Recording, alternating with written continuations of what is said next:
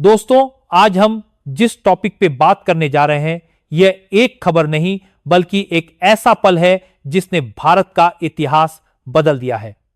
वो क्षण जब पूरी दुनिया ने देखा कि भारत अब केवल उभरती ताकत नहीं बल्कि विश्व की दिशा तय करने वाला देश बन चुका है।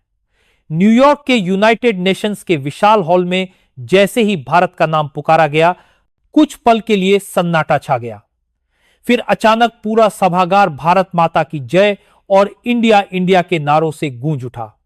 प्रतिनिधि खड़े होकर तालियां बजाने लगे, कैमरों की फ्लैश चमक उठी और हर चेहरा गर्व से दमकने लगा। उस क्षण पूरी दुनिया ने स्वीकार कर लिया, अब भारत झुकेगा नहीं, भारत नेतृत्व करेगा। संयुक्त राष्ट्र महासचिव ने घोषणा की कि भारत को स्थायी सदस्यता और वीटो पावर देने के प्रस्ताव पर मतदान पूरा हो चुका है और भारत के पक्ष में 146 देशों ने वोट दिया है। यह संख्या किसी जीत का नहीं बल्कि सम्मान का विस्फोट थी। तालियों की गूंज इतनी गहरी थी कि हॉल की दीवारें भी गर्व से कांप उठीं। विदेश मंत्री एस जयशंकर मुस्कुरा रहे थे, उनकी आंखों में आत्मविश्वास था और चेहरे पर भारत की आत्मा झलक रही थी। जब जयशंकर मंच पर पहुंचे तो पूरा हॉल खड़ा होकर उनका स्वागत करने लगा। उन्होंने कहा, भारत आज यहां सिर्फ अपने लिए नहीं बल्कि उन तमाम देशों की आवाज बनकर आया है जिन्हें अब तक दबाया गया, जिन्हें बोलने का मौका नहीं दिया गया। ये शब्द सुनते ही पूरा हॉल तालियों से गूंज उठा। जयशंकर ने आगे कहा, भारत अब किसी का भागीदार नहीं बल्कि निर्णय निर्माता है। उस भाषण में कोई राजनीति नहीं थी, कोई अहंकार नहीं था, सिर्फ आत्मविश्वास था। वही आत्मविश्वास जो भारत की मिट्टी से निकलता है, जो सैनिक के कदमों में झलकता है, किसान के माथे के पसीने में चमकता है। और फिर आया वो ऐतिहासिक पल जब प्रधानमंत्री नरेंद्र मोदी ने कहा, यह जीत किसी सरकार की नहीं बल्कि 140 करोड़ भारतीयों की है। उनके शब्दों के साथ ही पूरा भारत झूम उठा। देश भर में लोग सड़कों पर निकले, मिठाइयां बांटी, आसमान में आतिशबाजी हुई और सोशल मीडिया पर हर जगह एक ही आवाज गूंज रही थी। विदेशी मीडिया की हेडलाइन थी, अमेरिका, रूस, फ्रांस और ब्रिटेन ने भारत को बधाई दी। यहां तक कि चीन ने भी बयान दिया कि भारत अब एक महत्वपूर्ण वैश्विक साझेदार है और वह नए दौर में भारत के साथ काम करना चाहता है। सोचिए, यही चीन जो हमेशा भारत की राह में रुकावट बनता था, अब भारत के साथ सहयोग की बात कर रहा था। लेकिन यह जीत जितनी भारत के लिए गर्व की थी, उतनी ही तुर्की और पाकिस्तान के लिए झटका। दोनों देशों के चेहरे से रंग उड़ गए, उनके प्रतिनिधि सिर झुकाए बैठे थे। पाकिस्तान के मीडिया में हाहाकार मच गया था। एंकर चिल्ला रहे थे कि हमारी विदेश नीति फेल हो चुकी है। तुर्की की संसद में विपक्षी नेता एर्दोगान पर बरस पड़े, बोले, आपने भारत के खिलाफ जाकर सब कुछ खो दिया। भारत ने स्पष्ट संदेश दिया, जो देश हमारे खिलाफ साजिश करेगा उसके साथ व्यापार नहीं होगा। नतीजा यह हुआ कि तुर्की की अर्थव्यवस्था और नीचे गिर गई। भारत ने अरबों डॉलर के सौदे रद्द कर दिए और यह एर्दोगान की सरकार के लिए अंतिम वार साबित हुआ। पाकिस्तान की हालत पहले से ही खराब थी, डॉलर आसमान छू रहा था, जनता सड़कों पर थी और अब भारत की यह जीत उनके लिए कड़वा सच बन चुकी थी। वहीं दूसरी ओर भारत अब वैश्विक मंच पर एक नई पहचान गढ़ चुका था। रूस और फ्रांस ने भारत के साथ बड़े रक्षा समझौते किए। अमेरिका ने कहा कि भारत संयुक्त राष्ट्र सुधार में सबसे अहम भूमिका निभाएगा। छोटे छोटे देश भारत को अपने रक्षक की तरह देखने लगे, क्योंकि भारत ने अपना पहला वीटो तब इस्तेमाल किया जब अफ्रीका के एक देश के खिलाफ अन्यायपूर्ण प्रस्ताव लाया गया था। भारत ने कहा, यह गलत है और वीटो कर दिया। उस वक्त पूरी दुनिया ने महसूस किया कि भारत सिर्फ अपने लिए नहीं बल्कि दूसरों के लिए भी खड़ा होता है। भारत अब सिर्फ नीतियां नहीं बना रहा बल्कि विश्व की दिशा तय कर रहा है। ऊर्जा, व्यापार, सुरक्षा, हर विषय पर भारत की राय अंतिम मानी जा रही है। अब जब संयुक्त राष्ट्र में कोई प्रस्ताव आता है तो सबकी निगाहें भारत की सीट पर टिक जाती हैं, क्योंकि अब भारत जो कहेगा वही दुनिया मानेगी।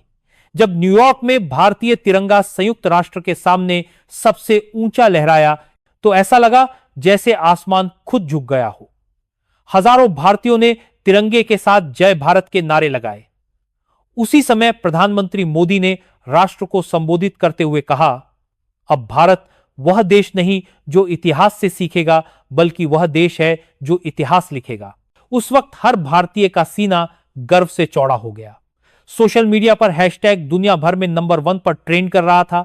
विदेशी नागरिक भारतीय झंडे के साथ फोटो डाल रहे थे और कह रहे थे यह जीत सिर्फ सरकार की नहीं थी, यह किसान की थी जिसने देश का पेट भरा, यह सैनिक की थी जिसने सीमा पर बलिदान दिया, यह छात्र की थी जिसने सपनों से नई दिशा दी, यह जीत हर उस भारतीय की थी जिसने कभी हार नहीं मानी। आज भारत सिर्फ एक देश नहीं बल्कि एक विचार है जो बताता है कि सच्ची ताकत बंदूक या धमकी से नहीं बल्कि धैर्य, रणनीति और सम्मान से बनती है। यही है नया भारत जो न किसी से डरता है न किसी के आगे झुकता है, जो जब चलता है तो इतिहास खुद उसके कदम चूमता है। दोस्तों, यह तो बस शुरुआत थी। भारत की इस ऐतिहासिक सफलता ने पूरी दुनिया की राजनीति का चेहरा बदल दिया।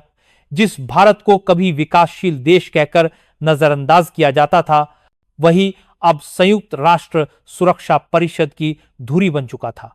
जो फैसले कभी वॉशिंगटन, मॉस्को या बीजिंग में लिए जाते थे, अब उन्होंने न के बीच नई आवाजा थी, नई ताकत भारत की आवाजा। संयुक्त राष्ट्र में भारत की कुर्सी पर अब तिरंगा लहराता है और हर प्रतिनिधि जानता है कि भारत जो कहेगा वही विश्व नीति का आधार बनेगा। अब भारत के वीटो से सिर्फ एक देश नहीं बल्कि पूरी दुनिया के समीकरण बदल सकते हैं और यह बात हर शक्तिशाली देश समझ चुका है। भारत ने अपने पहले ही सत्र में एक ऐसा कदम उठाया जिसने सबको सोचने पर मजबूर कर दिया। एक प्रस्ताव था अफ्रीका के एक छोटे देश के खिलाफ प्रतिबंध लगाने का, लेकिन जब भारत ने उस प्रस्ताव को अनुचित कहा और वीटो का इस्तेमाल किया तो पूरी दुनिया सन्न रह गई। पहली बार किसी देश ने दूसरों के लिए अपनी शक्ति का इस्तेमाल किया था। उस वक्त भारत ने साबित किया शक्ति का अर्थ दूसरों को दबाना नहीं बल्कि उनके लिए खड़ा होना है। यह वही दर्शन था जो भारत की संस्कृति सिखाती है।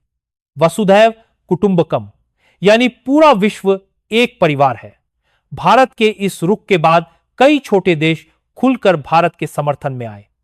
अफ्रीका, एशिया और लैटिन अमेरिका के राष्ट्रों ने भारत को अपना सच्चा मित्र बताया। यूएन में भारतीय प्रतिनिधिमंडल के चारों ओर डेलीगेट्स की भीड़ रहती थी जो सलाह लेने, समर्थन मांगने और साझेदारी की बात करने आते थे। अब भारत सुनने वाला नहीं, सुनाया जाने वाला देश बन चुका था।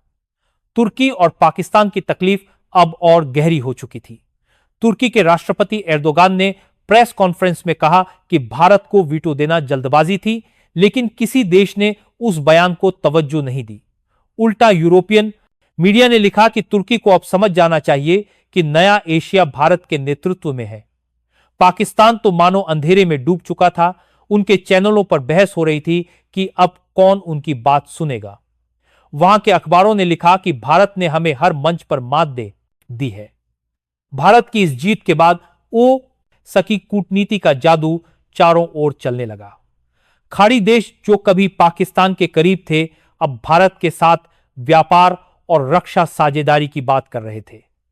सऊदी अरब ने भारत के साथ ऊर्जा सुरक्षा पर बड़ा समझौता किया और यूएई ने घोषणा की कि भारत अब पश्चिम एशिया की स्थिरता का मुख्य स्तंभ है। यूरोपियन यूनियन ने कहा कि भारत अब न केवल एशिया की ताकत है बल्कि ग्लोबल डेमोक्रेसी का नेतृत्व करने वाला देश है। अमेरिका ने संयुक्त बयान में कहा कि भारत वह साझेदार है जिसके बिना किसी वैश्विक मुद्दे का हल संभव नहीं। रूस ने भारत को ट्रस्टेड सुपर पावर कहा और फ्रांस ने रक्षा तकनीक में साझेदारी का नया दौर शुरू किया। भारत के प्रधानमंत्री ने लाल किले से संबोधन में कहा कि आज भारत सिर्फ अपनी सीमाओं की रक्षा नहीं करता बल्कि पूरी दुनिया के न्याय और संतुलन की रक्षा करता है। आज भारत वह देश है जो किसी की छाया में नहीं चलता, बल्कि अपनी रोशनी से दूसरों को दिशा देता है। उनके शब्दों के साथ लाखों लोगों की आंखें नम थीं, लेकिन चेहरों पर गर्व था। हर भारतीय के दिल में वही एहसास था, अब दुनिया हमारे इशारों पर चलती है। यूएन मुख्यालय के बाहर भारतीय समुदाय का समुद्र उमड़ आया था। लोग तिरंगे में लिपटे, भारत माता की जय के नारे लगाते, ढोल नगाड़े बजाते हुए जश्न मना रहे थे। बच्चे, बुजुर्ग, महिलाएं, हर कोई कह रहा था कि हमने वो पल देख लिया जिसके लिए पीढ़ियों ने इंतजार किया था। विदेशी पत्रकारों ने उस दृश्य को 21वीं सदी की सबसे बड़ी कूटनीतिक घटना कहा। टाइम्स, न्यूयॉर्क पोस्ट और बीबीसी की रिपोर्टों में यही लिखा था कि भारत ने दुनिया की शक्ति संतुलन को हमेशा के लिए बदल दिया है। भारत अब संयुक्त राष्ट्र में सिर्फ 5वीं सीट नहीं, बल्कि एक नई सोच लेकर आया था। ऐसी सोच जो ताकत को जिम्मेदारी मानती है, ऐसी सोच जो बताती है कि वैश्विक शांति हथियारों से नहीं, वह विश्वास से बनती है। जयशंकर ने कहा था कि भारत का वीटो किसी के खिलाफ नहीं, बल्कि न्याय के पक्ष में इस्तेमाल होगा, और यही वाक्य दुनिया के कानों में गूंज गया। अब जब किसी देश पर अन्याय होता है, भारत आगे बढ़कर कहता है, हम साथ हैं। यही भारत का असली चरित्र है। वही भारत जो सदियों से मानवता की आवाज रहा है, अब उसी आवाज को विश्व मंच पर गूंजा रहा है। दोस्तों, यह सिर्फ एक राजनीतिक जीत नहीं है, यह वह पल है जब भारत ने अपनी नियति खुद लिखी। आज दुनिया के हर कोने में एक नई सोच जन्म ले चुकी है। अगर कोई देश विश्वास, साहस और संयम से आगे बढ़े, तो उसे रोकना नामुमकिन है। भारत अब सिर्फ एक राष्ट्र नहीं, बल्कि एक विश्व प्रेरणा बन चुका है।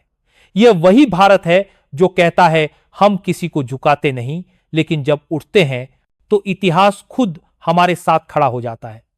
दोस्तों, वह दिन आखिरकार आ ही गया जिसका सपना हमारे दादा परदादा ने देखा था। वह पल जब पूरी दुनिया की नजरों के सामने भारत ने इतिहास रच दिया। भारत को मिल गई है वीटो शक्ति। अब भारत वही देश बन चुका है जो दुनिया के फैसले बदल सकता है, रोक सकता है और तय भी कर सकता है। न्यूयॉर्क स्थित संयुक्त राष्ट्र के हॉल में जब भारत का नाम गूंजा, तो पूरा हॉल खड़ा हो गया।